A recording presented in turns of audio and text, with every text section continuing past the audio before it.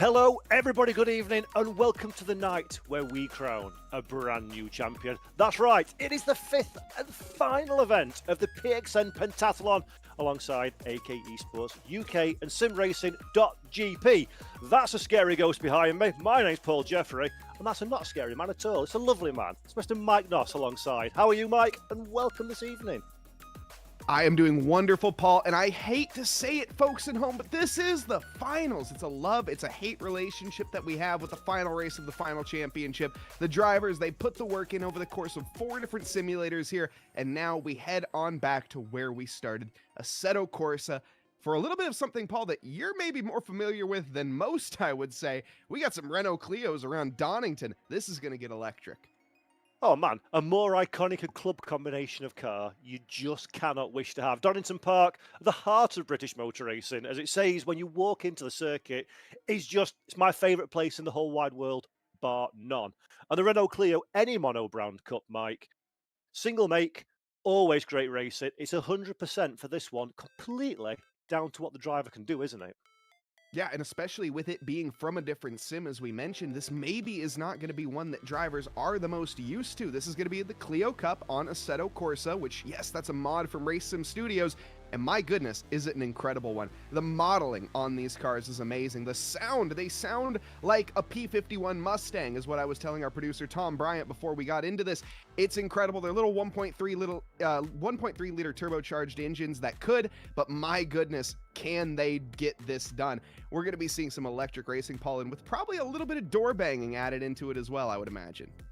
Oh, 1000%. Please, simulation developers, listen to me when I say this. I come from touring cars. Model it so you can knock the wing mirrors off. That's when you know you've been in a motor race. And if that happened, Mike, no one would have wing mirrors on this one. The momentum cars, it's a momentum circuit.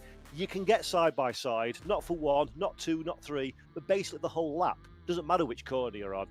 And these guys, it's their last one, the last one of the competition. There's the overall pentathlon, there's the prizes that we'll talk about in a moment that are up for winning. There's a lot on the line. I think we are set fair for a genuinely spectacular race. Absolutely, and with that, of course, comes the format that we have on this, with the racing, of course, being incentivized in the points being in clean laps. Here, though, this is a little look at the simulators that we have gone through and all of the tracks that we have taken part on so far. We started off in the Formula RSS cars back in the Nürburgring GP. That was about a month ago. It feels like nearly an eternity at this point. iRacing with the BMW M2s in the Oran Park. We also had the Ferrari 499 hypercars in Le Mans Ultimate. Q Paul. There it is, as we also had, of course, last week with the GT3 Open at Brands Hatch, Amadeo Castorito taking the victory in the GT3 cars, and we come to Donington to round this championship up in the Clio Cup cars, the Model 5 ones. These are the newer Cup cars. And then, of course, the points format that we have. We got to talk about that because it is an important one. Currently, as we head into the final round here, Andrea Miato is leading the points with Vincenzo Senatore and Emmanuel Lopez in P1, 2, and 3. However, the points on offer for this race, it is due to the clean laps. For every single clean lap, they are going to get a point for every lap in practice or qualifying, as well as in the race in any split. On top of that, if you do participate in every single one of these events, which, yes, this is the final one, so the drivers that have participated in all of them, they are going to be getting a 1.5 times bonus on top of the 10 points they receive for streaming and other races in splits as well. Basically, what we're saying here is we're not going to be able to tell who is going to win this championship here tonight, but we certainly know going into it who is going to be giving it their all. In the top 3 out there, which I know we have also heard, Lopez is an Assetto Corsa specialist, so definitely want to keep an eye on him. Yep, lots and lots to race for. As you say, the point situation requires a fair bit of calculation.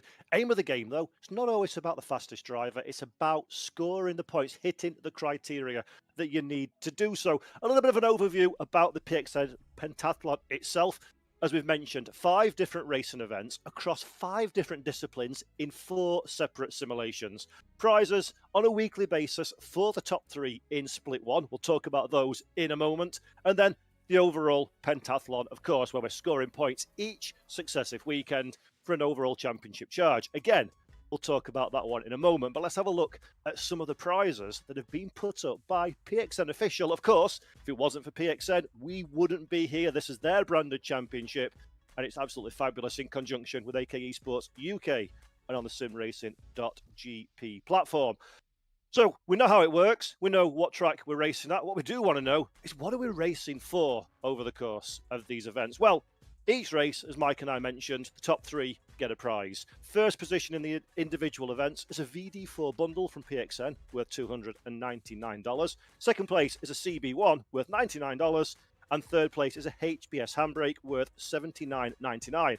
That, Mike, is the individual race prizes that we're going to be awarding to our top 3 finishers today. But there's also prizes, aren't there, for the overall pentathlon itself. There certainly is, and this is the time to discuss them. We're down to the end here, folks, and the VD10 bundle worth $539 is on the chopping block right now. Who's it going to be for? We're not completely sure, but we also know, of course, second place will receive a VD6 bundle worth $400, and third place receiving a VD4 at about $300 in value. So some big prizes out here for these drivers when it comes to the overall championship, as well as the individual prizes, and some of these drivers have had victories maybe on multiple occasions. So seeing that here tonight, again, this being the finals, who do we have for predictions out here in this round? Yeah, exactly. Could go any which way, not necessarily from the person that wins the motor race as well. Quick talk about the overall pentathlon standings for a moment, if we may. Andrea Miato currently leads on 349 points. Vincenzo Senatore is second in the standings on 329, just a single point ahead of Emmanuel Lopez, who Mike mentioned earlier is a bit of a specialist in Assetto Corsa. Robert Stice-Carnes is in fourth place. He won the opening round of the competition. If you remember, cast your mind back to the Nürburgring, also in Assetto Corsa. He's got 324 points, and then 4 further back is Christian Lorilla on 320. Frankly, folks at home, don't stress too much about it because that's worth nothing at this juncture because everything will change at the end of this one.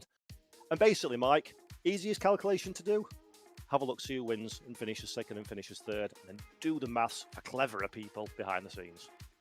Yes, exactly. We're going to be here calling the action live, folks. And with that, I hope everybody at home is having a lovely evening, afternoon, or morning, wherever you are in this fine world. Of course, if you're joining us on the PXN Official YouTube channel, hit that like button, hit that subscribe button here. We're on the way to 6,500 followers here on the PXN Official channel. And of course, again, a massive shout out to Simracing.GP for providing it on their platform. I see we have Fenno in chat as well. Let us know, chat. Who do you want to see win? We're down to the wire. Who do you want to see take home these PXN prizes? Let us know in the chat, and we will, of course, be answering you. If you have any questions, let us know as well. And for any of the VOD watchers afterwards as well, we thank you. Of course, we can't participate in the chat. However, we thank you all for joining us no matter what time or wherever you are in this world. And of course, a massive thank you to all of our event organizers behind the scenes as well for putting all of this together. It's been quite a championship. There's been a lot of work involved, and it wouldn't be possible without them. Yep, very, very well put indeed. So we're a few minutes away then from opening race action. A little bit of housekeeping for all you good people watching at home. We're about to engage in a 15-minute qualification session. That will set the grid for the singular race that we're going to have today, and that will be, contrary to traditional Renault Clio Cup races, a 45-minute race around the Donington National Circuit. There will be a pit window. It will be between the minutes of 20 and 25. Everybody is unfortunately having to come down pit lane and serve that mandatory pit stop. And then we're good to the checkered flag. As we said, the top 3 will get prizes. The points, the calculations, the multipliers, and all the other good things that are into play will be squirreled away in the background, and a champion will be decided. But, Mr. Mike Noss, this probably means very little to you being over in the United States and me being in the UK, but Donington Park really is the most absolutely wonderful ribbon of tarmac in our wonderfully fine country. I'm sure you will agree, sir. Well, I can't not agree. I mean, this played host all the way back in 1993, well before I was born. This was the European Grand Prix where Ayrton Senna delivered one of, if not the most historic drive of all time. In the torrential downpour, starting in the back and making up multiple positions in that race. It truly was an incredible one, but that's not to say that you haven't had other incredible races here. There's a variety of motorsports that takes part here, not just Formula One. Well, not Formula One anymore because of reasons and whatnot. Not a grade A circuit, grade 1 circuit, but Donington plays range 2, touring cars, super bikes, historical racing, endurance events, making it one of, as you said, pretty much the most popular circuit in all of the UK. Yep, it's a wonderful, wonderful track. And anybody who's got a slightly older amount of time on this earth, like my good self and a long memory, Donington Park, 1998, British touring cars, Nigel Mansell's big comeback. Gotta be the best motor race anyone's ever had, ever. So if you've not watched it, folks, YouTube, Donington 98, it's the one in the rain. I'll not tell you the end result, but man, that's a great race. Anyway, speaking of great racing, qualifying's on. Hip, hip, hooray. Our cars are on the track for their 15 minutes first snurtle around this track, and Casper Geisor is the driver that we're having a look on the outlap as he's about to wind up and enjoy this beautiful 3.149 mile 10-turn Donington Park circuit. So let's ride on board then with the Generation 5 Renault Clio as we head down into the famous Redgate corner. Sequential shifter, we'll push it forwards. There we go, to go down gears into Redgate, third gear, keep the car to the inside, roll it to the outside of the racetrack as we come down Hollywood. You cannot see anything in a car here. It's all about muscle memory from the famous Craner curse. Fred Craner, of course, was responsible for bringing Donington Park back to life before the onset of the First World War, down into the old hairpin. My spot of choice, it isn't a hairpin, it's a small deceleration zone, and then an acceleration up the hill and through Swans. There to the left-hand side is the famous Swans Cafe and Bar, and then we go to the left again. The track disappears from view as it starts to drift away into McLean's tricky corner here. Very easy to carry too much speed, exactly what we've done on this lap, running out of the racetrack and no doubt an invalidation. Copies, similar corner, very evil in a front-wheel drive car. Track drops away from you and then picks back up again. Looking into the groove to the outside, keep the foot planted firmly on the accelerator as we run down Starkey Straight. Look for where the old Dunlop Bridge used to be, how we miss you so. And then into the Robert chicane, down into second gear. Watch your markers, be careful of the curbs on the inside. Don't get a track invalidation. Straight line as much as humanly possible. Hit the loud pedal, look at the timing screen and hope you've done enough for a quick lap. And a quick lap that was indeed, 1:19.5, but in terms of the actual layout for this track that we all know and love, the Grand Prix layout, we basically shortcutted that. We do not use the final couple hairpins, instead make that little chicane turn, and that's why for those maybe more versed in Assetto Corsa Competizione, this track a little bit different than what you're used to. This, though, Paul, is something that I'm not too big of a fan of right now. There's 12 minutes left in qualifying. There is plenty of tarmac to be had when it comes to open space, and every single person wants to share it with each other right now. What could this possibly make? I would absolutely love to pretend that I knew the answer to that one, although actually Tom Bryant, our producer, has just whispered in my ears in typical British game show fashion, laps mean points. Not prizes on this occasion, but points. The more laps you do, the more points you get, the bigger your score for the pentathlon. So there is an argument to get out there on the racetrack and try and lap as much as you can. But as you say, Mike, the problem is traffic, and for Robert-sized cars, this is getting very close to being a bit of a nuisance. Yeah, and those laps, though, they have to be clean. And so if we're going side by side like we do right now, that's still considered clean. But if we make any contact, if we go off the track whatsoever, well, that's going to be 1 point down, unfortunately. And with that, of course, other drivers, the more likely you are behind someone, or if you're that close behind, you're going to be getting that dirty air. Now, these cars, not necessarily the most well-versed when it comes to downforce, I'll just be completely honest. They are basically glorified road cars that go extremely fast and are very low to the ground. Other than that, like I say, these cars, you just got to keep them between the mayo and the mustard. This is, I guess you mentioned, Paul, they're front-wheel drive. They're more of a point-and-shoot type of car when it comes down to it. Very, very different to the rear-wheel drive type style that I think most drivers are going to be used to. Precisely that, and that's exactly what the pentathlon's been designed for. As we said, 5 events, 5 very different disciplines of car on 4 different simulators. This is not, this competition has not been designed for people that grind, do 1,000 laps, that become subject matter experts. It's who we're thrown in at the relative deep end and come out on top is the absolute key. As Robert Stars-Carnes, by the way, is using a generous helping of gravel, shall we say, to try and shorten his lines with the corners. Not quite sure how popular that's going to make him with the stewards if he continues with this. Yeah, we've had a message sent in the chat right now saying that no drivers should be cutting the final chicane. That will cost them points later on.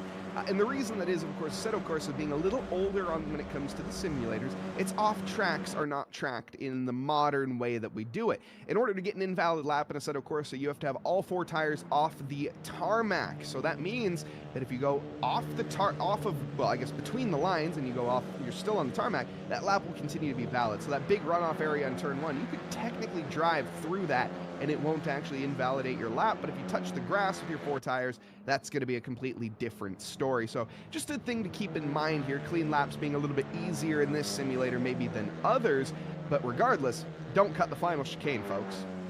Man, this sounds like being in a driver's briefing in my day job.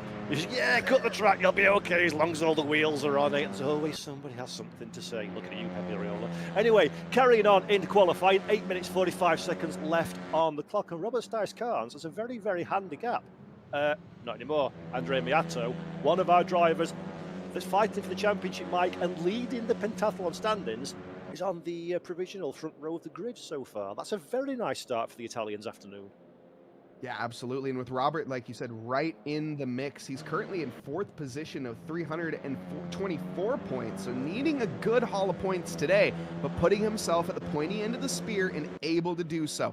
He might not be able to beat Miato if Miato ends up being a clean race here and finishing in 2nd or in 1st. However, he can give it his best effort, and Robert Stice-Carnes, he is going to try. Big lock up there in the first corner, and you can see the rubber getting laid down through Red Gate as well, Paul. I sense these drivers might be struggling a little bit. Yeah, these cars are, if you're absolutely, even more than you would be in a go-kart, millimetres precise, they are glorious. The second it steps slightly out of line, or you're a millimetre off the racing line, or a metre too late on the brakes, it becomes a real handful indeed. We're about to see this one with Adam Healy, who I'm sure will miss his braking point. No, colour me surprised. Does a good job there. Does Adam a little bit aggressive on the curbs on the exit, but this is a decent time. Adam Healy, of course, from SGP, the platform in which we are running this competition on, goes 16th quickest. His teammate Stephen Bain ahead in 14th. So the inter-SGP battle is currently in the favour of Bain. Oh, hello, that's a good line. That line is about as useful as shooting a squirt gun at a fire, or a house fire. It's not quite going to help anyone out. Miato, going to be trying to take advantage of that in the background now, but look at this. How do you gain an advantage when you're sat in the middle of a pack like this? There's really no time to be found. You're at the mercy of other drivers around you, which is why I would like to see Miato maybe back off a little bit and find an open gap. However, with that argument, of course, from the fact that you complete, the more laps that you complete, the more points you're going to get. Now those laps are going to have to be valid, but how are you going to improve if you just sit in 2nd? I guess you don't really need to, I suppose. Yeah, it's part of the mental calculations that these drivers will have been doing prior to this one, during it, and probably for the next few weeks after. By the way, speaking of championship challenges, Vincenzo Senatore has just moved up into 8th position, a hearty 1 second away from Stice-Carnes' current fastest pace. There is Vincenzo in the Tom Coronel livery. By the way, Tom adores that one. At the last race, he was running that one, I think, in the GT3s. And to get a mention, love to see that one, the old TCR livery on board. And Senatore, 8th position. That's a reasonable place to start this one, Michael. You've got the mid-pack dangers, of course, but if you can be in the top 10, you can stay in the conversation, can't you, in these cars?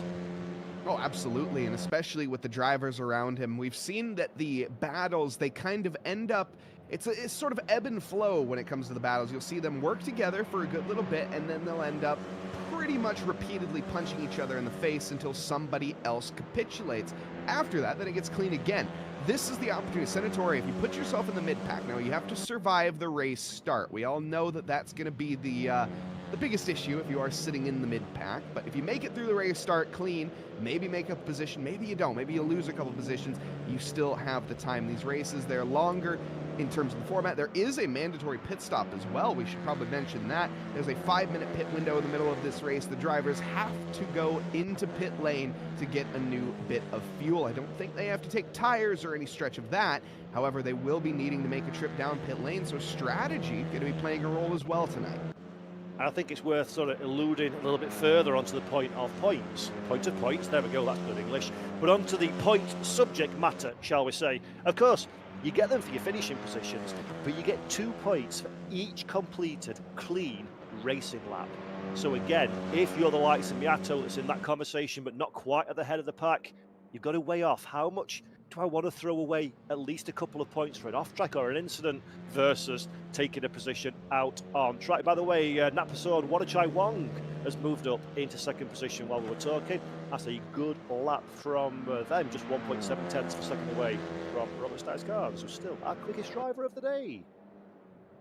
And through Robert, I think was quickest in free practice as well. So translating that over here into the qualifying session, there's only 2 minutes left, and he's a blink of an eye quicker than second place right now. What do you do if you're Miato? What do you do if you're Wanachai Wong? Right now, you just have to get a quick lap out. And to be honest here, Wanachai Wong is in a great position to do so. He has nobody in front of him on this circuit. Maybe a little bit of a slipstream help from the car ahead. But this is going to be his best opportunity to wring the neck of this Clio and try to get every single tenth that it can. And the problem these drivers are battling, of course, is they are absolutely not wanting to go into pit lane for a fresh set of boots, loses an opportunity to score another clean lap on track. So a lot of these drivers will have the tyres that they bolted onto the car at the start of this 15-minute session. And obviously, the more heat you put through them, it's good for a while until it's not good anymore. You start losing grip. Wanachai Wong trying to find grip on the grass. That one's going to be hard to come by, but did he do it? No, 4 tenths of a second off his quickest. So yeah, these drivers are battling a little bit of grip lossage as Simone Simonara pulls to the side of the track.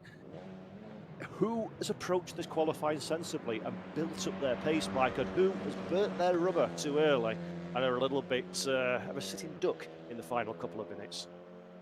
Yeah, that yellow cup car definitely seems to be the latter option there. I'm not sure who that was. We'll be seeing a couple of those cars out there, but Manuel Lopez, Seminar actually is who that was. So having a good opportunity to improve, currently sitting in 7th and couldn't quite find any ground. Lopez, this has been talked up. Lopez is an Assetto Corsa expert, is, well, what he's been toted up to be. Currently, though, running in 5th position, 6 tenths off of pole. We expected a little bit more out of Lopez, and he's got a couple more chances to do so. Got cars in the background, nobody in front. This is the time, Lopez, to wring the neck, get every little bit out of this, and he's at the top of the track right now with about half of it to go. So through McLean's into Coppice, but he's still with the back sector. I guess there isn't a back sector. Never mind, we're down to the end of the track. I keep forgetting that. Yeah, this is the thing, Lopez. This lap, the body language, I don't have the live timing information on this car on this lap, but the body language says it's been a little bit steady away. And in fact, there we go, perfectly on cue, getting out of the way. That's nice and gentlemanly. To the other drivers on a quick lap, I do think Emmanuel Lopez needs to be a little bit careful, though. He's perhaps slightly closer to the grey machine than would be optimal, although the grey machine is Robert Stice-Carnes, so if you get close to him, you're doing damn well indeed. 1:18.032 is the time to beat. Robert crosses the line and does not improve. 2 tenths of a second is the deficit, Mike, and I would suggest the vast majority of that is because the tyres are trying enough. Yeah, I think that we're not going to be seeing too many improvements. There's a bit of a lockup there from the car ahead. So it's going to take a little bit of a miracle, I think, barring any of the other drivers. Wanachai Wong potentially could find a little bit. I mean, it's just 2 tenths of a second. It's literally the blink of an eye is all that needs to be found. But finding that, we all know it can be quite difficult, especially when you're taking lines like Robert is here. Not really going to be helping anyone going all 4 tires off onto the grass. That's just going to be an invalid lap. And he'll be bringing it back into pit lane and hopefully practicing his pit entry, as there is a mandatory pit stop here. The drivers, well, they need to know how to do that. And that's something I'm going to say I haven't said in a long time. Practice your pit entries, everybody. You do hundreds of laps around the track. You got to go into pit lane once or twice. I'd love to see Robert here try that on this lap. Absolutely as well, because Donington's not really a particularly well-used track in Assetto Corsa, certainly not in these Clios for a pit stop race, so that will be a real unknown variable for a lot of these drivers. Let's have a look then to the final corner. Robert Stice-Carnes does have enough time on the clock to do one more lap. He's got a whole world of hurt in front of him with 2 slower cars. Let's have a look.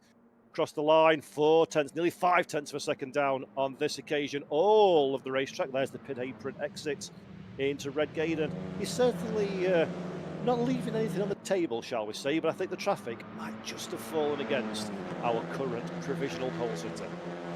Yeah, I guess his logic here being the fact that, well, I'm not going to be gaining any points in terms of positions, therefore I might as well stay out as long as I can and get that one extra point for the clean lap. Now, that is not a clean lap, I think. So, that's not going to be a point. Yeah, practice your pit entries, folks. Come on. Yeah, when he reads the data back for the Motec on that one, it will say adventurous racing line detected. It's possibly the most polite way of saying that one. Although, I mean, it does look like the lap is still going. Now, whether that's a foible of the sim or what, I do not know. But he was quickest through that first sector. Granted, he only covered half of the first sector on the racetrack. But Robert Stice's car, he needs this one, doesn't he? He's a 10th, just 2 tenths, almost 2 tenths down. There we go. Wanachai Wong improves on that lap. This has got to be a fast one, Mike. Otherwise, he might be under pressure. I think he's managed it at this point, especially with this one. He's not going to be improving on this lap, so I think he's managed pole position regardless. Miata is the only driver now that can beat him. Wanachai Wong, you saw, just set a slightly faster lap, but only by a factor of a couple tens of thousands of seconds. Not enough to be finding any position. Miato still out here. Here is Stephen Bain, as he's going to be coming to the line now with a 119.7. That's what is going to be 1.7 seconds off of pole, so 15th at the end of the day. Nothing to shake a stick at, but certainly a little bit more to be found here when it comes to the race pace. Absolutely. Right then, boys and girls, we have got qualification done and in the can. It is now a little moment in history and time of the PXN Pentathlon. It's time to go racing for the 5th and final time of what has been a very action-packed month of racing. We started off, of course, on the 21st of August in this very simulator at the Nürburgring Grand Prix circuit in the RSS Formula 4s. Then we went to the iRacing BMW M2, Le Mans Ultimate, the Ferrari 499, and then ACC in GT3s. Now, we finish off in a mono-brand car. Robert Stice Carnes finishes off with the last pole position of the day, just ahead of Napastone, Wanachai Wong, Andrea Miato and Casper Geiser. Rounding out our top 4, Emmanuel Lopez, Vincenzo Senatore, Simone Seminara, Max Livingston, Sai Prithvi Sudhakar and Luka Jibok in the top 10 runners. Qualifying, Mike, was about as close as we expected it to be, which sets us up quite nicely for the race meetings. Yeah, 1 second separating our top 9 and bringing, as we mentioned, Luka into that as well. He was just about a couple tens of thousands of seconds off, so just into the 19s, 119.045. Just about making into the 18s, would have been our top 10 then, but not quite. We see, though, up at the top 4 really within biting distance of each other. Roberts, as well as Wanachai Wong, Andrea, Casper, they're all going to be ones to look out for, and you really can't discount Emmanuel Lopez either. Yes, he was maybe 0.6 off of pole position's pace, but we know, again, maybe the dark horse coming into this one. We've heard that he's toted up for being quite the talented Assetto Corsa driver, and just because you can't deliver in qualifying does not mean that you cannot deliver in the race, Paul. I was more of a race driver myself than qualifier, but here we go. Yep, here we go then. The PXN Pentathlon Finals night is underway here at a virtual Donington Park in the Renault Clio Cup machines, and it is Robert Stice Carnes at the head of the pack from pole position that gets the early run down into Redgate. Having a little look, having a little think is Wanachai Wong in the yellow machine in second position. No hole available in which to insert himself. He stays in second. Meanwhile, a little bit further back, there is all kinds of shenanigans through the Hollywood section and down Credicers for the very first time, but so far so good. Everybody is pointing in the right direction. Cars are crawling around like a salamander through this first sector, down to the inside, around the outside, into the grass, through the water, and under the bridge of Starkeys. A little bit of over-ambitious here from the Clio that we're on board. This is Tubham that we're riding along with right now, up to the top of the hill of McLean's and into Coppice. Your overtaking chances are going to be tough, but Miato, he's looking to get it on potentially here. Is that Lopez? No, excuse me, Lopez in the background here in fourth, trying to stick it into the podium positions here early. There's a bit of a gap forming between Miato and Wanachai Wong, so opportunities are everywhere.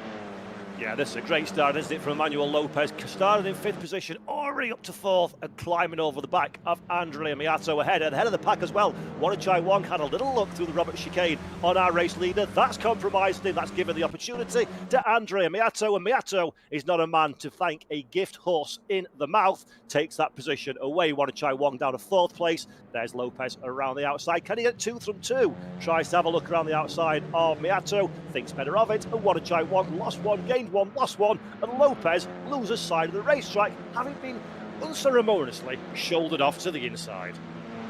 Yeah, a bit of a punch to the face from Senatore, I think, is who that was. Ended up giving him a good run, and Geiser, actually, excuse me, is who that was. Now battling with Senatore as Geiser drops a position as well. You never want to see that big contact. That is not a clean lap, as of course here at the PXN Pentathlon, we incentivize clean racing.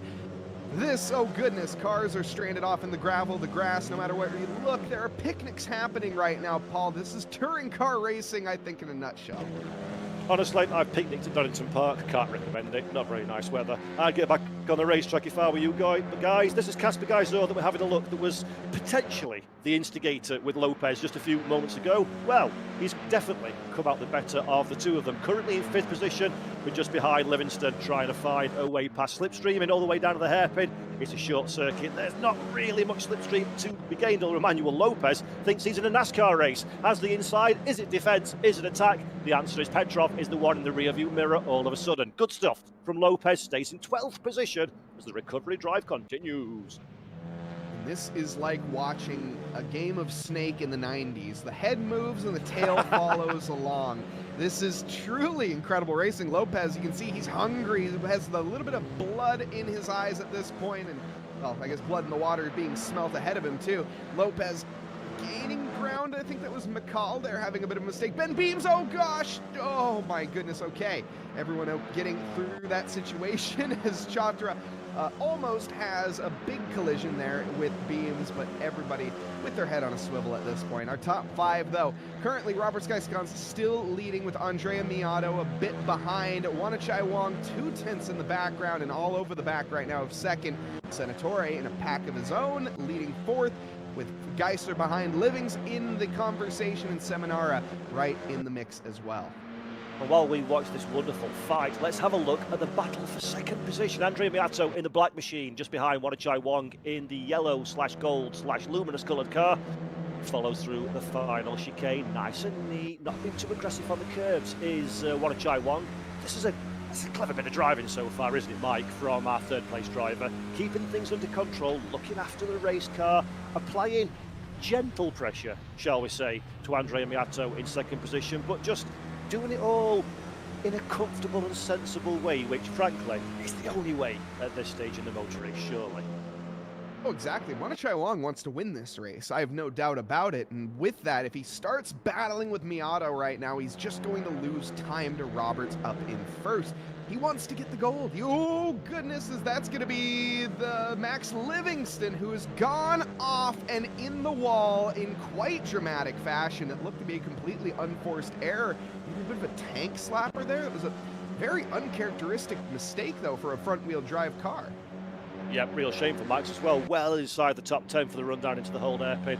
He's going to drop back heavily and, of course, have damage as well. You can make a pit stop, but you've got to wait till lap 20 if you want to complete your mandatory pit cycle. Geiser now in 5th position. Really fancies 4th place from Vincenzo Senatore. Adam Ely, thank you very much. Our producer Tom Bryant, glad to see Adam.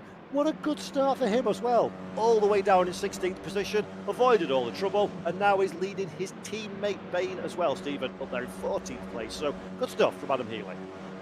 Yeah, so far so good. Just got to keep plugging along. Fastest lap being set as well by Roberts, and this is the time, as we see, Wanachai Wong pulling the trigger on Miato down to the inside of Red Gate, trying to capitalize now through the 2nd few corners. The momentum, though, in the favor of Miato, and he's going to defend it for right now. But this is that little chess game that we see being played at about 100 miles an hour with these cars.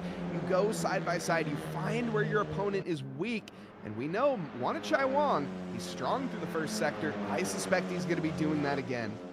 Yeah, that's got great stuff. Absolutely fabulous stuff from Matsudo Wanachai Wong. Of course, good driving as well. from the car in which he is racing. But let's come back to that one, because Simone Seminara, he's having a whole lot of fun as well. Vincenzo put my teeth in.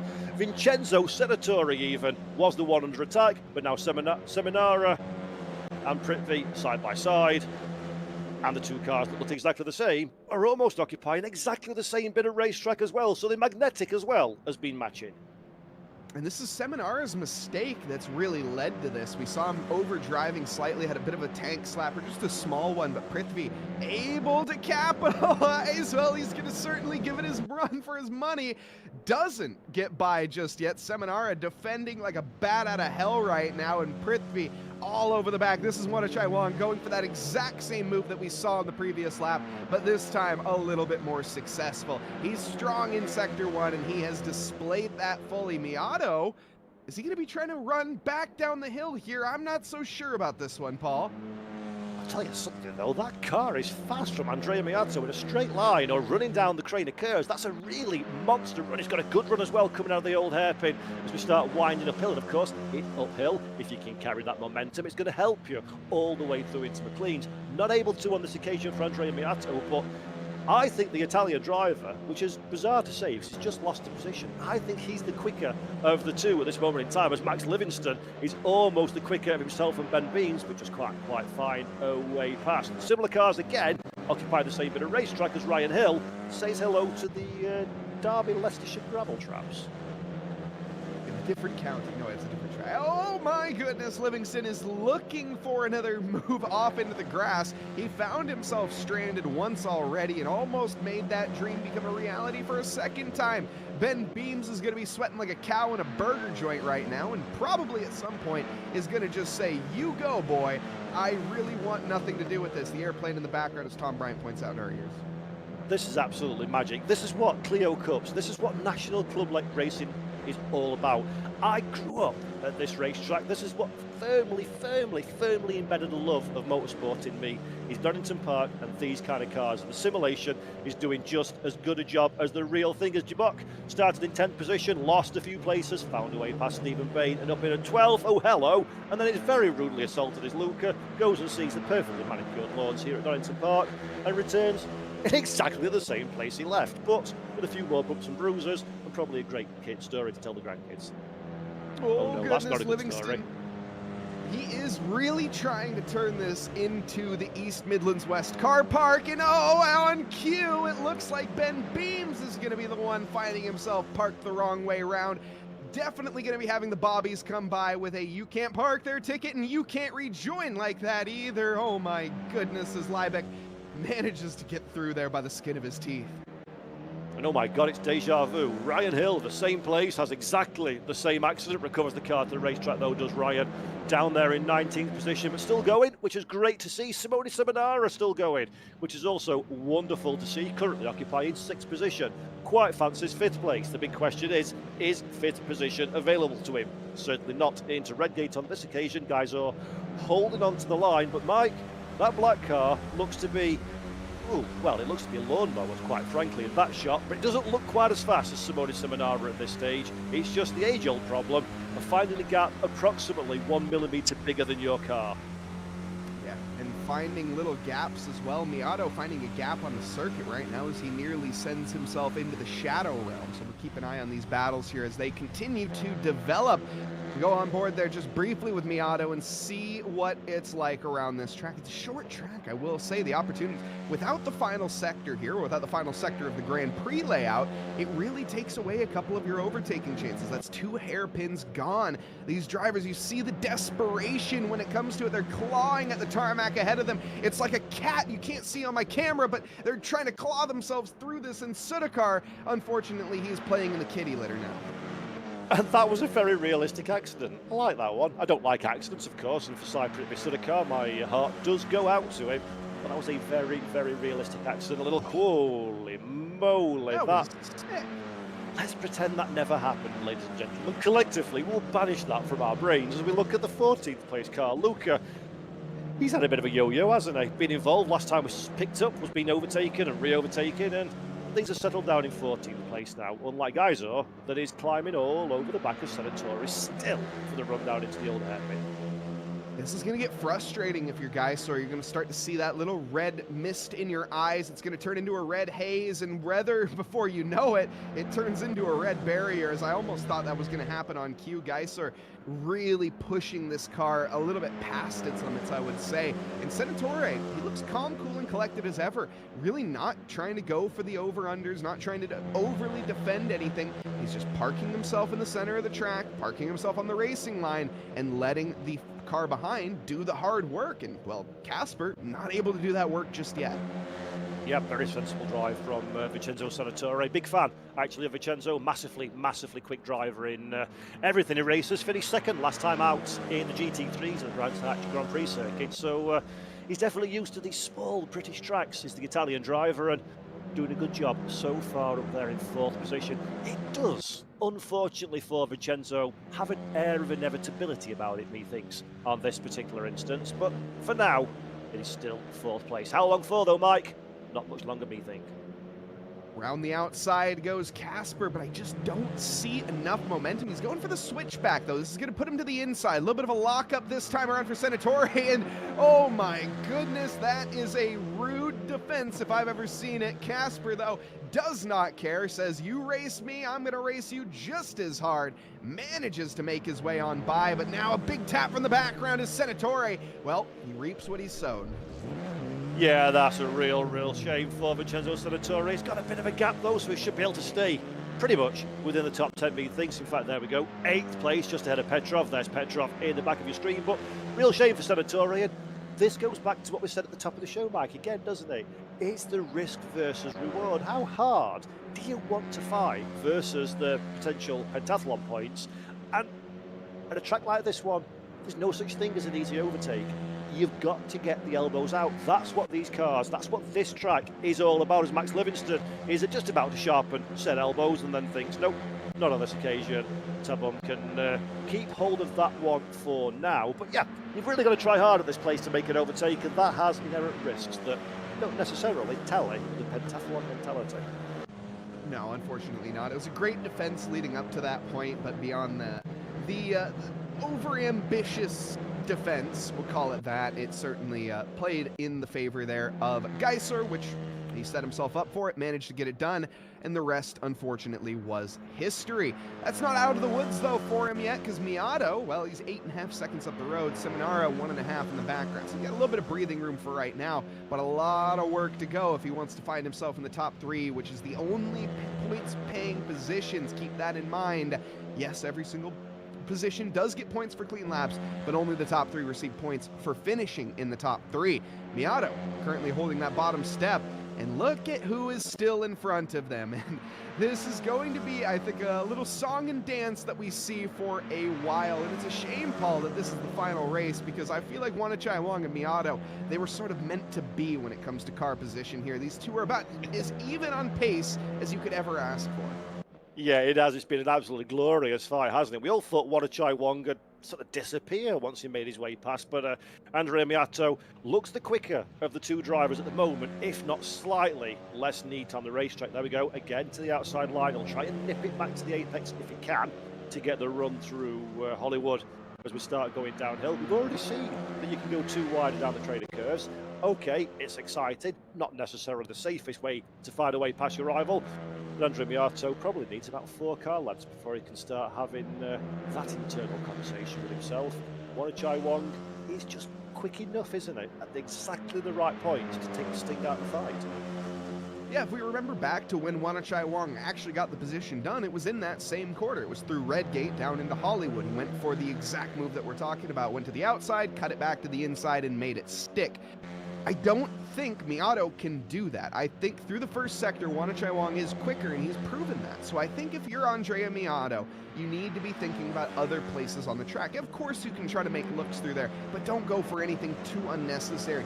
Maybe Andrew Roberts, maybe through the chicane, that might be a good chance to look at it. Maybe at the top of the hill in McLean's. It's certainly not the best spot to do it normally, but you need to get the move done in a spot that you are faster than your opponent. Because Wanachai Wong, again, he's shown that he is quicker through that first sector. And let's not forget, Andrea Miato finished 3rd last time out, so he's already won the HBS handbrake He wants the CB1 shifter on this occasion, so let's see if One Try One can do it. Adam Healy doing an absolutely sterling job up there in 7th position. One more gained since last time we checked in with the SGP staff member, of course. Simracing.GP is the platform on which this competition has been held. It's run by PXN Official. You can check them out on YouTube, check them out on social media, their new range of sim racing items, steering wheels, wheelbases, handbrakes, pedals, you name it, they do it. And of course the broadcast put on by our producer Tom Bryant at AK Esports UK. Mike Ross and myself, Paul Jeffrey, in the box. 28 minutes, 25 seconds left on the clock, and about 20 Renault Clio Cup cars all climbing over the top of each other for position. And this is Miato at the top of the hill. This is where I was talking about. He's starting to get a little more aggressive. You can see it, gaining up right to that back bumper, trying to find the weakness in his opponent. He's not really trying for the move right now, but this is that game of chess that we talk about. Where exactly do you set yourself up? And Miato gets nice and close in the chicane, doesn't quite make it work. Now, though, I'm getting word in my ear here from our producer, traffic, oh, well, traffic is now behind us. It was in front of us, now not so much anymore, but we will be running into traffic here shortly. Is that going to be the little advantage that Miato needs? Or, potentially, is that the opportunity the other car needs to gain away and maybe gain some distance and walk away with this? Traffic is like running with shoes with the laces untied. Eventually, it's going to trip you up, and that's exactly what our drivers will be a little bit worried about as we're looking again at Thanakrit Tabum, currently in 12th position, so that's a decent job for them, actually. They were 14th on the grid, dropped back a little bit early stages of the race, but starting to settle into this one now, working their way through. Christian Petrov is the next one on the list. Andrea Miato, though, and Wanachai Wong again going sideways. Again, Miato unable to find a way past. But body language, you don't have to be particularly experienced in motor racing, Mike, to realise third place car would like to be second place car and is perhaps quite keen to do something about that. Yeah, and I also think he's listening to the broadcast, because now he's going for the overtakes in the same spot I was talking. Look, I'm not saying it was a great idea, but it feels nice to be right, that's all. Anyways, Senatore in a similar situation right now as we see. Actually, excuse me, Ely is the one that's putting the pressure on. Where has this come from, Paul? No, never mind, he's just gotten, okay, I take that back. Wait, what? Is that not Ely? Okay, anyways, Adam, he's doing a great job. He's in 8th right now. He's just been overtaken. That's what okay, my apologies. So Senatore getting by after getting knocked down the order. Yeah, nice recovery drive this from Vincenzo Senatore. Of course, we saw him facing the wrong direction not too long ago, as we've seen Stephen Bain have a look to the inside, not able to get the Renault Clio alongside his rival on this occasion. And again, good driving. It's sim racing. You don't pay for the damage costs. We don't get injured unless you hold on to the force feedback wheel too hard. So you kind of do riskier moves than in real life. But it's good to see that Stephen Bain did the calculation in his head, recognised it wasn't on, and then held back to fight another day. Andrea Miato, though, he doesn't want to fight another day. He wants to fight right here, right now. Like an overly aggressive drunk in a pub, but he thinks you've been staring at his girlfriend. He's climbing all over the back of Wanachai Wong on this occasion. Good bit of defensive driving there from the second place Clio. Has the inside line, just doesn't give him any room. And how hungry is Miato? Telegraphs it nice and early, Mike, but he's a long way back. Yeah, he certainly is, and this is getting really desperate is what I'm noticing as well. There's plenty of time left in this race, 25 minutes in fact. We're not even halfway done. There's still a pit stop. Do you want to be going that level of aggression right now? We see in the mid-pack Adam Ely, by the way, who we just sung the praises about, saying how great of a job he's been doing. Well, he is doing a less great job. He is down into 13th position now, unfortunately, with a bit of damage as well being picked up on the windscreen. You can see Back end doesn't look great. The back end doesn't look particularly spectacular either, does it? I think Adam's perhaps been unsure which part of the car to crash, so we've gone for both of them. Real shame. Let's have a look. Does he pull down pit lane, or is he content with the car as things stand? No. Oh my goodness me, that was tight. Oh, Adam Ely and Sudakar almost coming together on pit entry. Oh, he's crashed. No, Adam, no. Oh, Adam Ely crashes live on broadcast and managed to get stuck stuck in the pit lane. Somebody go out there and pull this man out. Where are the marshals? Where are the people in the pit lane? This is absolutely worst case scenario for Adam Ely. I just need to clarify for our audience at home, we're all friends. This is not bullying. We'd like to gently make fun of Adam because we're all mates here, and I always give him criticism, but actually, genuinely, he's a fast driver. He's a lot better than I pretend to make out. But parking it into the stack at pit lane's not helping his cause, I've got to admit, and possibly in my entire broadcasting career, that was the most delicious moment. I certainly have never seen that before. SGP Adam is typing in chat. I think that was... How many points do you think that's worth, Paul? I think that's got to be worth at least 5 points for putting on some style like that. Honestly, give the man a CB1. It's absolutely glorious. Then you can shift it into reverse and get out. Oh, wonderful stuff. Wonderful stuff there. So, get a breath for a moment, ladies and gentlemen, boys and girls. We've let you in on our in-joke that went on for quite a while. There's 23 minutes left in this motor race. Wanachai Wong has found somebody else to go side by side with because he got bored of doing it with Andrea Miato. He's had a pit stop and now he's taking position into the old airpin in very nice style. Seminara given 0 opportunity of right of reply. Oh my, Seminara is literally glued to his back bumper right now. I suspect that Seminara still needs to make a pit stop, though. And we also know that Miato, he still needs to make a pit stop as well. Within the next 2.5 minutes, it's only a 5-minute pit window, not really giving any opportunities to make mistakes, especially if you're Adam Ely. But through right now, we see Wanachai Wong down in 6, as you mentioned, getting bored and finding another one. But with that, of course, this is going to back them up potentially into others, but with the pit stop being so short, I don't think there's much to look into on that. No, it's going to be challenging times then for those that haven't been down pit lane yet. Robert Stice-Carnes, it's working out quite nicely, isn't it, for our race leader? Nearly 9 seconds is the advantage at the head of the pack, and so far so good for Robert. He can trick him up. It's going to be a case of making his own mistake rather than the fight being taken to him. Andrea Miato is the next big driver still on racetrack. Manuel Lopez comes out of pit lane, currently in 6th position, so that's worked out relatively nice for Lopez. Senatore, a healthy margin in his rear view mirror, just coming out of pit lane for good measure in 7th place. So Miato, Geisor are the 2 big ones then to keep your eyes on, folks. Let's have a look where they come out respectively to Wanachai Wong, who should theoretically inherit 2nd place when everything calms down. We'd be wrong about that one before, Mike, and probably will be again in the future. I actually think I think that Miato should have 2nd place, and it's mainly due to the fact that Senatore was all over, or excuse me, Seminara was all over Wanachai Wong. I think that's going to affect his pace in a negative manner. Let's find out. Miato into pit lane. Their lap times are nearly 119, around the 119 mark, so you have to pit on this lap.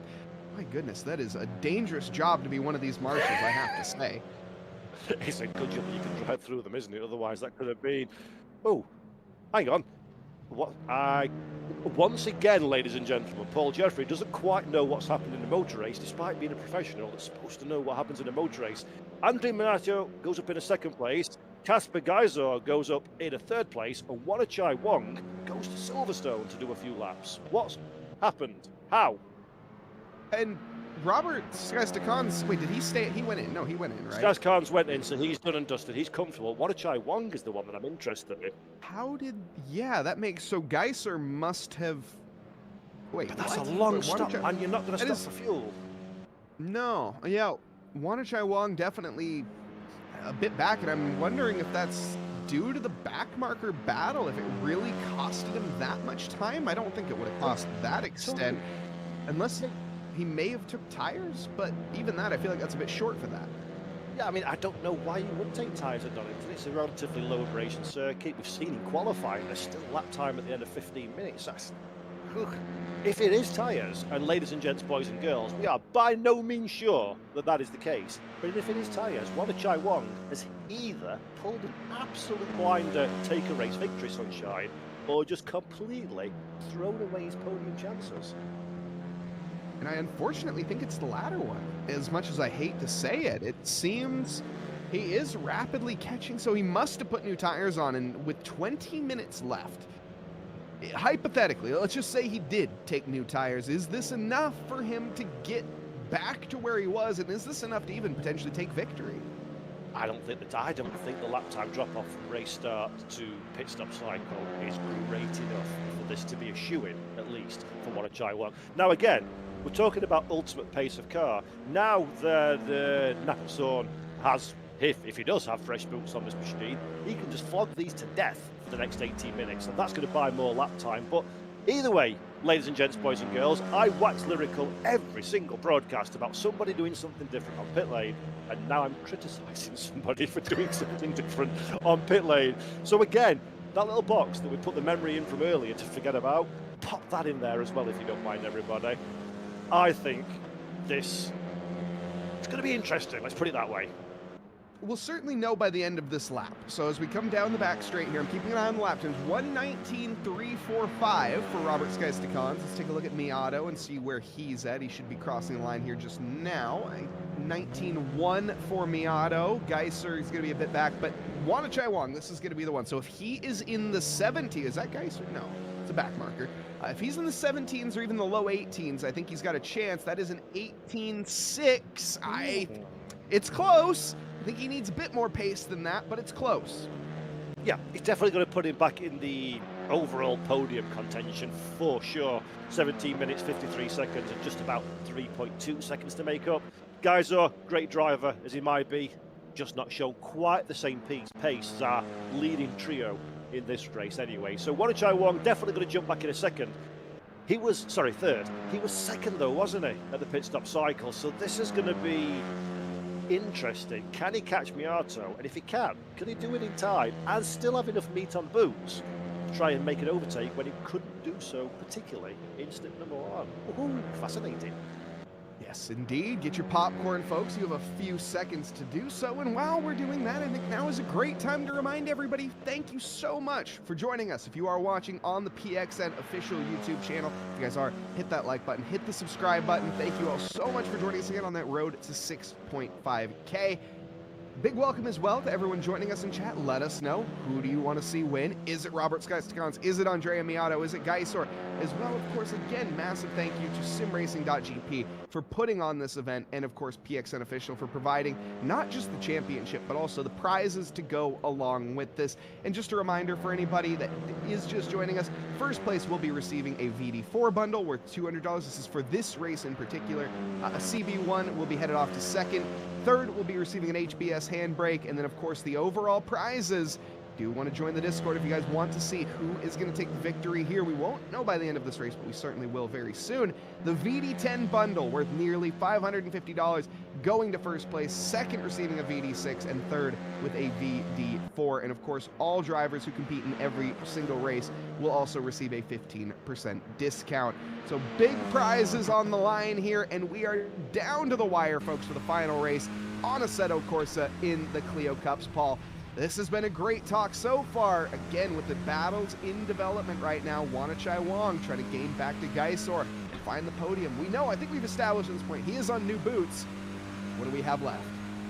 Yep, it's going to be absolutely fascinating, isn't it? Down through the sunset of not just this race, but of this 2025 championship. Been absolutely fascinating, thoroughly enjoyable. And as you say, Mike, with, 15.5 minutes left on the clock, there's an absolute bucket load of racing still to do, especially from this man, Wonachai Wong, who last time over the timing being 7/10 quicker than Geiser ahead. So the closing down of the bottom step of the podium continues, perhaps not at the speed that we expected it to at the end of the pit cycle. 2 seconds is the gap now, so a lot of work still to do. But really, big shout out as well to RSS for the cars that we're racing today on the Simracing.GP platform. These have been absolutely barnstorming, haven't they?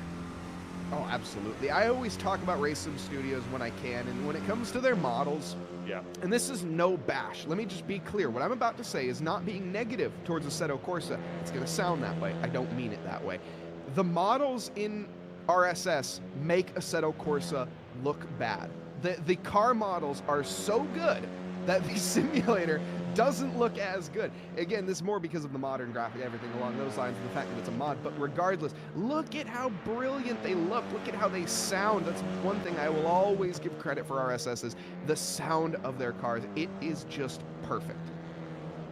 Yeah, really, really good models, really good modelling. Great team as well, actually, to do a whole load of different content. We drove the RSS4 at the start of the season, the open wheel junior variant. Well, still in the quote-unquote junior cars, but more in my cup of tea, these tin tops. And they've absolutely lived up to their reputation. Living up to a reputation is Wanachai Wong as well. Why? I hear you say, yes, he was quick, but Gaiso made a mistake on the last lap. That 2-second gap, well, don't need to measure it with seconds now, you can measure it with your eyeballs. And it is, I would say, a very enthusiastic braking event between the two of them. I do not see Geiser being able to defend this. New tires versus old tires. Yes, the rubber is not really that down in terms of Geiser. He still has plenty of traction left. However, Wanachai Wong has more. And that's a simple equation. Probably not going to be doing it here. Maybe. I certainly would hope not. More than likely, we'll be seeing the overtake down into Redgate in through Hollywood. Just that kind of over-under overtake that we see. But no! Down towards the top of the hill into Coppice. We're going to go side by side. Roberts is going to be the move as we go down Starkey Straight. Now the inside line will turn to the out for Wanachai Wong, but it does not matter. He is fully alongside before he even reaches the braking zone. Yeah, lovely stuff there for Wanachai Wong. Back up into the bottom step of the podium. Gaiso not keen to give up on that one just yet. Has a look to the outside line, but I think unfortunately that is very much the wrong tree upon which you are barking. The outside line very quickly shows to not be the right place to be. Wanachai Wong then back in contention for the PXN HBS handbrake for third position, which is a very nice reward. Small matter though of 12.5 minutes still to go, winding down the hill through the Crater Curves. Best spot to watch motor racing at Donington Park, through the old hairpin. It's not a hairpin, it's a small break, a little lift, and maybe even a downshift. And Wanachai Wong's charge continues. 13.6 seconds with 12 minutes and 10 seconds on the clock. I don't want to say impossible, but impossible. Yeah, certainly going to be quite the effort, especially with traffic now playing a role. I wanted to mention, though, as we take a look at the standings going into this round, Casper Geiser sitting in 10th position. He is nearly, what is that, 11 points? Oh, no, never mind, 20 points. Okay, I can well, never mind then. That's not going to play as much of a role as I figured.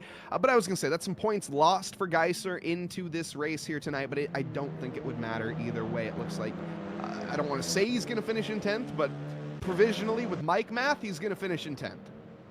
Yeah, exactly. He's not in that top three, which is the critical one where you want to be, of course, for these drivers. Everybody's looking for the top three because it's where the credit is, it's where the pretend trophies come from, and it's where the prizes are won. Around the outside we go. You, sir, win a prize for overtake of the day. That's very nice indeed. And then blot your copybook almost immediately. But it's front-wheel drive. Plant the foot to the bulkhead, and she'll probably stay pointed in the right direction. The most entertaining pass for 10th position you're likely to see at PXN. That's your candidate. Absolutely. I will say these cars, we haven't really talked too much about it, but there is a massive difference between front-wheel drive and rear-wheel drive. We kind of touched on it briefly where I mentioned these cars, they almost pull you along, as of course it is front-wheel drive. But I used that analogy of a cat earlier, and I do think that it reigns very, very true. Like when you think of a cat darting off after being scared, it's using its front paws more than its rear paws, no? So it's kind of a similar-esque situation. Does that paint a picture in anyone's head? Maybe I'm barking at the wrong tree, Paul. It makes sense to me. That's beautiful. I'm not sure it's useful, but it's beautiful. I am going to use that for sure. Thank you very much, Mike Nars. What would we do without you painting word pictures for us all? I think it's a Jeremy Clarksonism, if I remember right. I think I stole that from him. Nah, no matter, I was stealing it from you, so hey, it's mine now. So, Robert Sky's Carnes, he's very interested in racetrack and crash. This is interesting. Let's talk about Robert for a while because he's kind of dominating things, so there's no competitive aspect. But a man who put it on pole, a man who took the race lead into T1, and who frankly has been absolutely untroubled by the pack. Look how hard he's still pushing with 10 minutes left to go. There's zero, absolutely no even scent of opportunities leaving anybody in this race, is there? No, it really isn't, and I'm just taking a look again at the standings. Miato is leading. I think that's why. Skyskaton's wants 0% chance of him losing any points here because he could potentially win this championship. He's 4th headed into this one tonight, and if Miato, I think if everything was to finish again, who knows is the short answer because of the points format, but even if Miato was to finish right now, and let's say hypothetically he was to win, well, he is going to be giving it his all. Robert Skyskons doesn't want to take any chances, I think is what I'm getting at here. Miato probably needs to finish in worse of a position, but as it stands, Robert, he's not going to let that be the reason. Yeah, absolutely, of course. There's many multipliers that we said at the top of the show. We're riding on board with some very sketchy times for our race leader and a bit of traffic. Good Lord Almighty, that's pretty solid car control there from Robert Skyskons, and there you go. If you ever wanted to wonder, if you ever wondered to yourself, dear viewer at home, why push so hard when you've got a comfortable lead? So a comfortable lead can turn to a fresh pair of underwear almost instantaneously, and that's why you're getting a gap. Yeah, and this is back markers really not being easy for Robert right now. Miato is going to be licking his lips right now in the background and hoping that he can catch up. That's a 1.5 seconds that he gained for almost nothing. The back marker, though, makes a mistake, rejoins in a very questionable manner, but thankfully for Robert Skyskons, he does not make contact. A little weave of the tires there to get the remaining grass off and saying, I'm not looking back anymore. I'm afraid that back marker had as much control of that rejoin as I did of that rejoin in my commentary box. That was, yeah, Robert Skyskons will have eyes like dustbin lids at the conclusion of that one. You know, sometimes this is how races are lost, isn't it? Completely and utterly outside of your control. Christian Petrov has lost his race by being in 12th position, but doing a sterling job so far, chasing down Stephen Bain. Bain not quite inside the top 10, but well and truly in front of teammate Adam Healy, who's in pit lane. Still trying to reverse, some might say, in pit lane. He's eternally stuck in reverse. No, I think I'm going to put a sticker next time I'm at Donington and say Adam was here on that exact post. I think if I'm not mistaken, though, here, Robert Skyskons has been in this situation before, and I think it was in Assetto Corsa in the Formula 4 cars when we had that race, and he was taken out by a back marker of no fault of his own. So this is something that he will not forget. Now, there's 7 minutes left. Every single second that counts by, and anytime he gets anywhere near a back marker, we know he will be clinching every single part of his body as tightly as he possibly can. That gap, though, it's still coming down. Miato, 3.7 seconds to the background. This is Christian Petrov going full send baseball, and he has dropped it like Aaron Judge on the outfield. Yeah, those front brakes aren't quite as strong as a GT3. Christian Petrov suddenly found out. Straight away we go to the scene of the accident. Another reason as well why Robert Skyskons is pushing so hard to take away as fast a time as he possibly can. If he can sneak another lap in, that's another couple of points towards his pentathlon score. So well worth Robert Skyskons for going as quickly as humanly possible and trying to get as many laps under the book. Side Prithvi Sudhakar that we saw in a world of hurt a little bit later on. He's still on the racetrack and doing a really nice job actually, just behind Max Livingston, 8th and 9th positions respectively. Same car, but don't be mistaken, absolutely no team affiliation, just uninspirational livery choices from both drivers. And Sudhakar, 9th, not what you hope for coming into this one, but 8th feels ever so slightly less bitter in the mouth, doesn't it, to the checkered flag? And I'm sure he'd like a little pass just to say goodbye to this season's championship. Yeah, I mean, he's in 6th position right now, is Sudhakar heading into this race. Now, in terms of the points around him, he's got 4 points separating him. I don't see a way that he gets by Robert Skyskons or even Christian. Wait, where's Christian Larila? Is he in this race? He's not. No, not in But this he could one. be in a different split, which we're not going to add any more confusion into anything. So that's...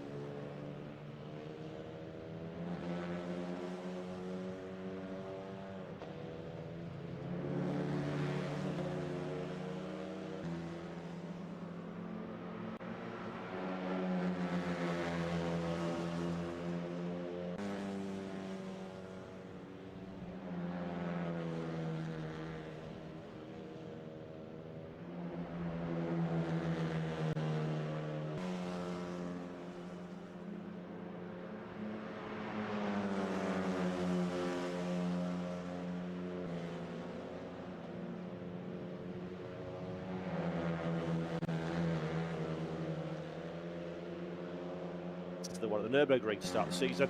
But Andrea Miato, another driver I know well from other competitions, very, very fast young Italian. I think he'll be satisfied, no matter what the outcome is in the overall pentathlon standings. Both drivers, Mike, have done absolutely everything they can and need to do in this one. Well, the points will be the points will be. Exactly, that's what they have to run with and contend right now. And unfortunately for some, for example, third place right now, joining the championship late, just not really able to show off their full muster. They're not going to be getting the full points. And through that, unfortunately, we're not going to be seeing them really deliver. But again, having one result here for the third place, I love to see it.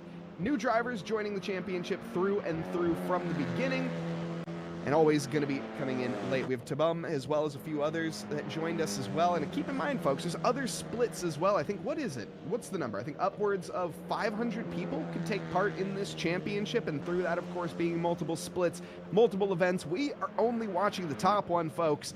Always got to keep that in mind. Yeah, absolutely. And remember, of course, you're in multiple splits. You're still in with the pentathlon chance. Andrea Miato won split one. The first race of the weekend, first race of the season, sorry, and now he's all the way up at the head of the standings. Robert Stijs-Carnes has another bang marker for company. Goodness me, how many of those Renault Clios are on track, and why does every single one hate our race leader?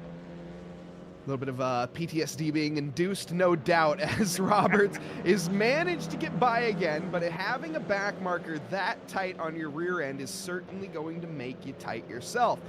Down they go to the first corner. This almost looks like there's a race on right now. This is Tabum, who is going to be behind him. No overtake attempt. Again, I'm waiting with bated breath right now for disaster to strike our race leader, as much as I hate to see it. But thankfully, for everybody, Roberts does not get taken out. This is when Wanachai Wong is actually a Terminator and he's got control over all similar coloured cars, and that's why it just makes life hard for the leader. But Robert Stijs-Carnes, I don't think he's particularly worried. He's got a bit of a comfort blanket, 4.5 seconds. You can afford to be a bit cautious when that's the gap on potentially the penultimate lap of the race, as we see coming through McLean's now into Coppice, top of the circuit. This is going to be tight actually, Mike, in terms of, does Robert push it, try and get another lap on the points that come with it, or do you slow it on down and take over the win that's in front? I don't think it would matter, right? Because if he gets one more lap, everybody gets one more lap. Now, that doesn't mean that everybody's going to complete that one lap clean, though. So I suppose if you can get one more lap, why wouldn't you? In this case, it seems that Roberts is, he's too far away. He's managing.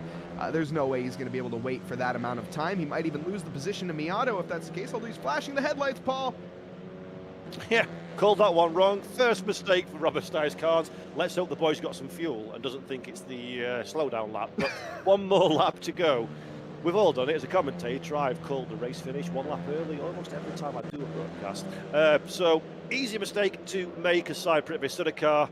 Mistake he's making is this is not a 50-minute race, it's 45. And he just dearly would like a couple more laps, wouldn't he, to leverage that position away from Livingston. Livingston's done such a good drive as well, though. Yeah, he's made his mistakes in this race. Yeah, he's had a couple issues with other cars, but regardless, he's managed to do an incredible job of keeping his car on track when it matters. And yeah, again, lost some positions early, but I don't think that this is a drive that he should shake a stick at. I think it's been an incredible drive from both of them. Yeah, I would agree. In fact, to be fair, excuse me, I think it's been an incredible drive from several of our drivers throughout the field. It's a tricky combination, is the Renault Clio with the Donington National Circuit, and well, the prizes are quite substantial that are on the line, and the competition is very high indeed. It's always difficult to deliver, but from practice through to qualification and into the race, Robert Stijs-Carnes is the man that delivered in the best way possible. His reward, the checkered flag, a race victory in event number 5 of the PXN Pentathlon here at Donington Park. Robert Stijs-Carnes wins in dominant fashion. Behind him, Andrea Miato, our championship leader, heading into this race, is going to take the checkered flag himself for second. Behind that, we have Wanachai Wong taking third for the bottom step of the podium and the final prize of this night. Taking a little handbrake for himself there for his effort. Great job. Yeah, fabulous stuff. Congratulations to our podium finishers, Cypriot Sudakar. He's been locked in battle for this 8th position, seemingly for the entire duration of the second part of the race. Unfortunately for him, the clock stopped just a little bit too early. Through Robert Chicane for the final time, it will be a 9th place finish for Cypriot. Not a bad result, not quite enough to get the deal done over the line, but nevertheless, some great racing all the way through. For the rest of the drivers, of course, a massive shout out to them and a massive thank you for taking part in this championship. And this goes not just to the drivers in Split 1, but every single driver in every single split. It's been an incredible championship. It's been a pentathlon and a half. And the finals have come down to it here. The checkered flag is out. And all of the race organizers and everybody behind the scenes, they can pat themselves on the back for running a great championship. Well then, folks, we started almost 1 month ago in this very simulator. The Nürburgring Grand Prix Sprint Circuit was the location. The Formula RSS4 was the vehicle. From there, we headed to iRacing and the BMW M2 Cup at Oran Park, and then Le Mans Ultimate from some hypercar action. Last time out, we're in Assetto Corsa Competizione in GT3s at Brands Hatch, and we finish it off, I think you'll all agree, in the most spectacular way possible. A championship finale of championship finale. Andre Miato came into this one as championship leader of the pentathlon. He finishes second in the race, but there are multipliers, but there are additional mathematical calculations to make before we can crown our overall champion. One thing we can say with absolute certainty, Mike Noss, the biggest winners of all have been the viewers at home, because this has been 5 absolutely spectacular races. It really has, and throughout, for everybody getting involved in this, it has been incredible. A massive thank you to all the drivers for one more time here, and for anybody at home that wants to know, how am I going to be able to find out who the winner is? If you are watching this broadcast here live on YouTube on the PXN official channel, first off, hit that like button, hit that subscribe button. We thank you for joining us. And thirdly, go down to the description, find the link to the Discord. You can follow all of their socials, all of the Discords, and everything, including the PXN official store. You can head on over to shop.epxn.com to find all of the lovely bundles that some of these drivers have managed to win that you could take home for yourself as well. Yep, brilliant stuff then. So for one final time, let's run through the results before we get a special guest into the commentary box. It was, at the end, at the checkered flag at Donington Park, Robert Stice-Carnes that took the victory from Andrea Miato. In third position went Napasod Wanachai Wong. Great drive from him, having gambled during the pit window. Fourth place went the way of Casper Gaizo, just ahead of Simone Seminara. Sixth, Emmanuel Lopez, the self-styled AC expert, had a solid, if unspectacular, race. Seventh place, Vincenzo Senatore, facing the wrong way at one point. A good recovery drive. Max Livingston in 8th. Cypriot Sudakar is 9th. And then it is Pariwat Chatrupat in 10th position. Stephen Bain classified 11th from Christian Petrov. Thanakret Tabum, Luka Jibok, Ryan Hill, Ben Beams, Michael Arminsky, Andreas Libeke, Roland Graham and Adam Ely had a very exciting time in pit lane and is about to join us for a very exciting time in the commentary box. Adam, the elephant in the room, the first one we've got to ask you, sir, your pit stop. You've not been practicing your pit entry, sunshine, have you? Unfortunately, yes, I have, and that still happened. So, do you want to know absolutely what happened? Because yes. I as you had already seen, I made a bit of an error coming out of the old hairpin early on in the lap. And then I was closing up on my teammate, Stephen Bain, who he was very much focused on clean laps and was driving a lot slower than he's capable of. Whereas I wasn't so focused on that because I can't win any prizes anyway. So I was like, okay, I'm driving, I'm racing. And there was a chance that I'd have to then make a move on him, which I didn't want to do. I spotted coming out of the chicane that the pit window was open, and I made a last-minute decision to swing in. Bad choice. Hit the outside wall, bounced across into the gantry, and got stuck. Did the old RTG, controls locked for 56 seconds. Head out. I've got a new set of boots on. I've got all the damage is fixed. So I think, right, okay, at least I've served my pit stop. A couple of laps later, it says, nope, you haven't served your pit stop and you're disqualified. So there you go. Well, Adam, I think it's fair to say the less we say about the on-track adventures, the better. But let's talk about PSN. Just explain to anybody watching here, we've Mike and I have briefly mentioned it in the show. Who are you? What do you do? And why is PXN Pentathlon important in your world? PXN approached Simracing.GP a few months ago, and we had a chat about what they really wanted to do. So PXN, I think in the past for a lot of people have been known as a budget end manufacturer, an entry level manufacturer. And that's nothing disrespectful in saying that. That's exactly where they aimed themselves. But they're very passionate about sim racing as well. So they have headed down the route of producing much higher quality gear now with their VD series of direct drive wheels. They've got a range of pedals, and they've got more coming as well. And they're very much here to stay as another big manufacturer on the scene.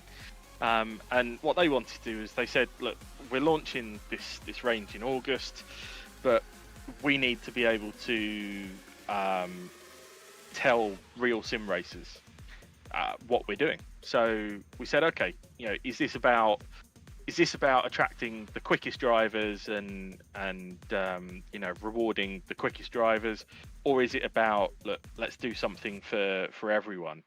I said it was absolutely about something for everyone. So I went away and got my thinking cap on and came up with this crazy idea of the PXN Pentathlon, which has been a bit of an experimental format, I suppose, but it's been quite interesting. I've enjoyed it. Honestly, it's been absolutely brilliant. I suppose, Adam, last question for you. It's been a long night for our audience. So this has been run on Simracing.GP. Do you want to explain a little bit about what SGP is, why it's good for both community members and to scale up for competitions like this and even larger possibly in the future? Yeah, sure. I mean, I think everyone knows that there's a lot of different platforms out there where you can collect registrations and manage your sim racing events. The difference with SGP is that actually we've got built-in servers for AC, ACC, Race Room, and AMS2, where when you build your event in our system, it's also creating the server. So it's the server configurator as well. So basically, the whole idea of SGP is it's sim racing simplified. It's designed to make everything so much easier for a community to run a community. And cheaper as well, because you're not having to constantly buy servers here, there, and everywhere. You just pay a simple monthly base fee, and you can do whatever you want, unlimited. And our aim is to, we keep going through every process of running a sim racing community, of which I've done and been involved in big communities as well. And the aim is everything that you have to do manually, we want to take that away.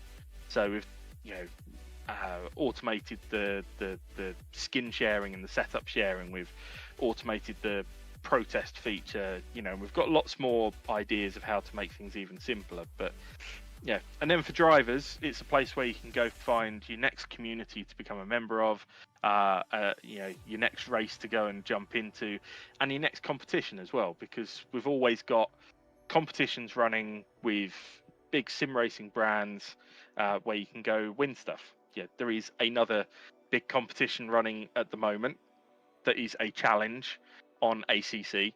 I can't mention the partner company for that because it's a PXN rival, so I won't. I wouldn't know about that because you've not asked me to commentate it.